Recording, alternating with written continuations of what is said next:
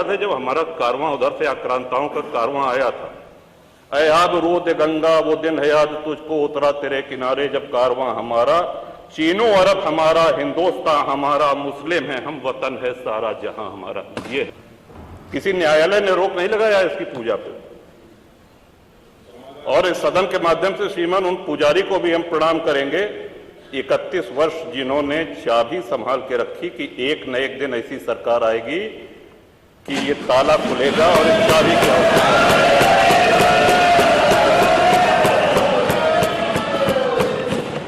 उत्तर दिया, इसके लिए आभार।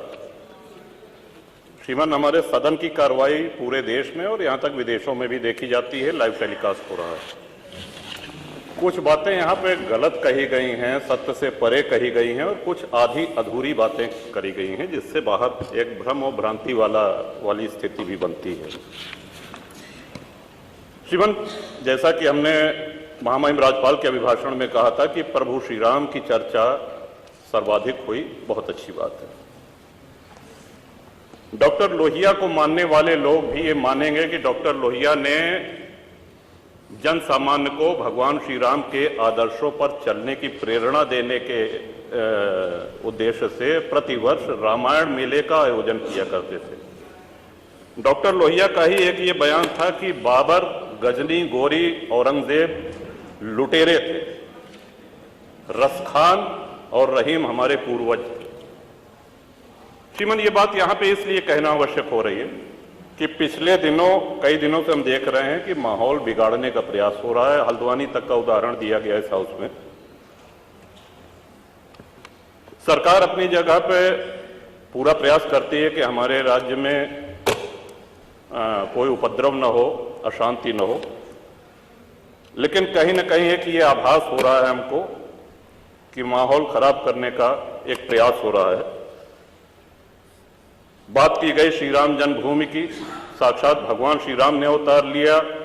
काशी नगरी जो भगवान शिव के त्रिशूल पे टिकी हुई है, जा सुनाम बल शंकर काशी, देत सबहि संगति अविनाशी, और भगवान श्री कृष्ण की जन्मभूमि। श्रीमान, स्पष्ट है ये दीवाल के ऊपर शिखर तोड़ करके गुंबद बना देने से ये गंगा जमुनी तहजीब नहीं होती। वो हमारा आक्रांताओं द्वारा तोड़ा गया है। और एक और भ्रम फैलाया जा रहा है, जो व्यास जी के गुफा में जो पूजा हो रही है वो पूजा अनवरत सैकड़ों वर्ष से चलती आ रही है। ये बात बाहर जानी चाहिए श्रीमान। अनवरत सैकड़ों वर्ष से, इस पे सन 93 में स्थानीय प्रशासन ने रोक लगाया, किसी न्यायालय ने रोक नहीं लगाया इसकी पूजा पे। और इस सदन के माध्यम से श्रीमान उन पुजारी को भी हम प्रणाम करेंगे 31 वर्ष जिन्होंने चाबी संभाल के रखी कि एक न एक दिन ऐसी सरकार आएगी कि ये ताला खुलेगा और इस चाबी क्या होगा।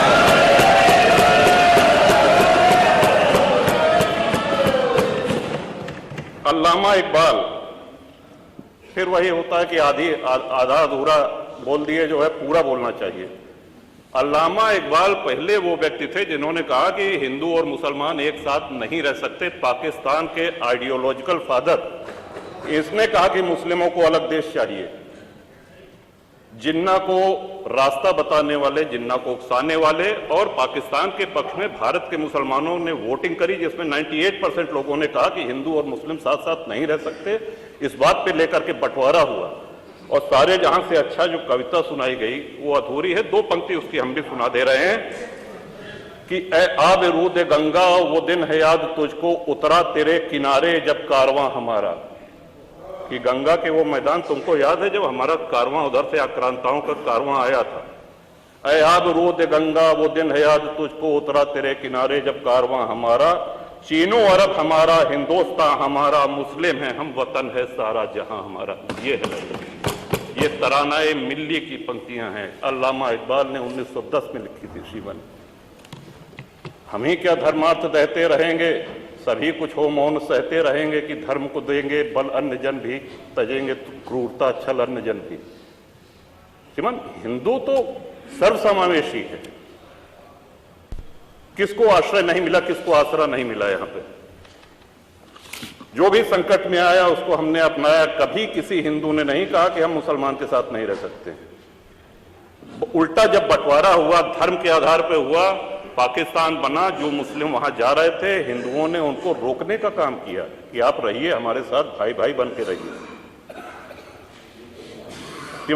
इस संवेदनशीलता को रसखान जी, अब्दुल रहीम खान खाना, इनके आदर्शों पे चलेंगे तब अच्छा वातावरण, अच्छा माहौल बनेगा। अगर बाबर और औरंगजेब के अनुसरण करेंगे, उनका अनुकरण करेंगे, तब तो शांति की कोई गारंटी नहीं।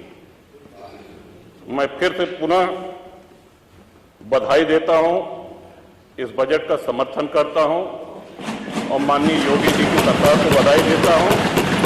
और ये हम लोगों का सौभाग्य है, इस पीढ़ी का सौभाग्य है कि अपने जीवन काल में भगवान श्री राम के भव्य मंदिर का और मेरा ये भी मानना है कि